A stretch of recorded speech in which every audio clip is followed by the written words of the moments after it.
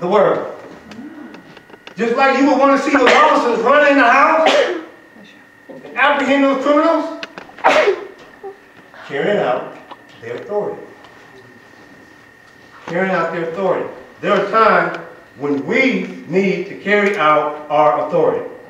There's also spiritual hosts. A spiritual host is a host. I mean, we're talking about spiritual hosts. That is thousands, thousands of demons.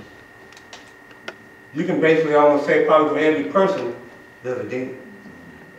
So there's as many of them as there is of us.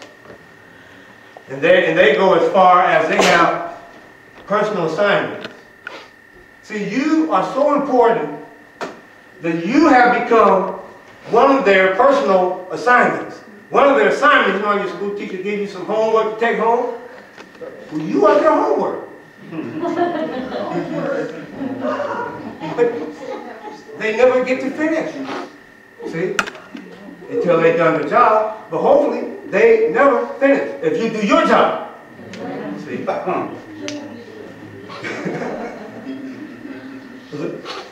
So we have to put on some armor. Ephesians says, put on some armor. How do you protect yourself? Therefore, taking up the whole armor of God, that you may be able to withstand in the evil day, and having done all to stand. Stand therefore, having girded your loins with truth, and having put on the breastplate of righteousness, and having shod your feet with the equipment of the gospel. When I think of feet, you guys ought to see these shoes on without me. Yeah, brother. They're kind of comfortable, though, I tell you. Shod your feet with the preparation of the gospel of peace. Besides all these things, taking on the shield of faith, which you will quench the flaming darts of the evil one. And take the helmet of salvation and the sword of the Spirit, which is the word of God. The belt of truth. I got my belt on this morning. I don't actually need it as much necessarily as I used to because I have a little bit more insulation around the waist. There was a time when I really needed it. I really needed it because I couldn't hold my pants up. But when you think about the Roman centurions, and this was written back in that day, a Roman centurion, and even today, say a football player, a baseball player, the belt is a very important part of your armor. It's the little piece of equipment, okay, that holds everything up. That's right. That's right. Imagine if I didn't have my belt on. But don't imagine if I didn't have my belt.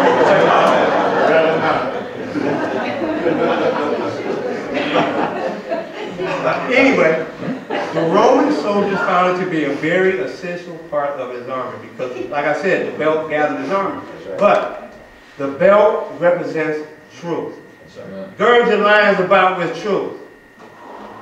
It is the truth that ties together the whole armor. In our warfare against Satan and his demonic followers, it will light the way and enables you to be ready to fight. In this truth, there's two things in view here. There's the truth of God. We're talking about the objective content of truth. Truth is truth.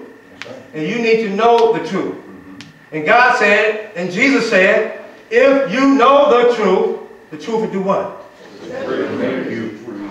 It do what? Make you free. Make you free. Will set you free. Free. I never argue about certain words. Like you can call it make, you can call it set, but you're free. See, the bottom line is free. Understand what free is. As Christians, we should never be at war against one another. That's what the enemy wants us to do. Why argue about doctrine? If you're saved, you're saved. There's nothing to argue about. There's really nothing to argue about. He says, love one another. Don't let division come. That's what the enemy wants to do. Divide and conquer. That's why I want everybody to come together, sit together, be as tight as you can. Because in the Roman army, the Roman centurion army, do you think that in their army, when they went out to fight, that they had holes and spaces? No. They stood close together. Shoulder to shoulder, elbow to elbow, knee to knee, toe to toe. When they went into battle, when they went into fight, there wasn't no holes in their armor. There wasn't no cheeks in their armor. And they wanted to make sure there was no weak links in their armor. We shouldn't be fighting against one another and making one another weak. Because we are set free. Truth is truth, whether you believe it or not. It doesn't stop it from being true. We don't really have to argue with each other, and we don't have to argue really with unbelievers. Because if they don't accept the truth, whether they accept it or not, doesn't stop being true. See, we got to learn not to be, even myself, not to be hostile at times, toward unbelievers. When we're trying to, here we are, trying to impress them, trying to reveal God to them. And what is God? Love. You can't reveal love through hate. We only reveal God's love through our love. I was at a store the other day with Brother Solomon and James, and they were doing the ministry like in front of Walmart. And I had a young man, teenager, come inside, and I said, "Would you like to purchase some of this Christian music? Do you listen to Christian music?" And he says, "I love Satan." I mean, he was happy about it. He was enthused about it. He said, "I love Satan." And it almost floored me. I'm like, wow. I mean, he was like, man, I need to be that, number one, I need to be that enthusiastic about the Lord, But I'm like, I wasn't expecting that. And I got really heated up inside when I heard that. Yeah. And I wanted to go and grab that young man and say, wait a minute, just wait a minute. But luckily the Spirit of the Lord took over and said, the only thing that came out of my mouth was that, son, do you realize that he does not, that he cannot, that he will not love you? Exactly. Right on. Thank you, Lord. Yeah. Because that's not what I was intended on saying.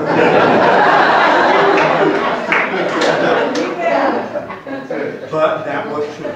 And whether that young man was willing to accept it or not, it's true.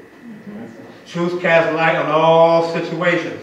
But the other aspect about truth is that we have to live out the truth. Living out the truth. How do we conduct ourselves in our day-to-day affairs?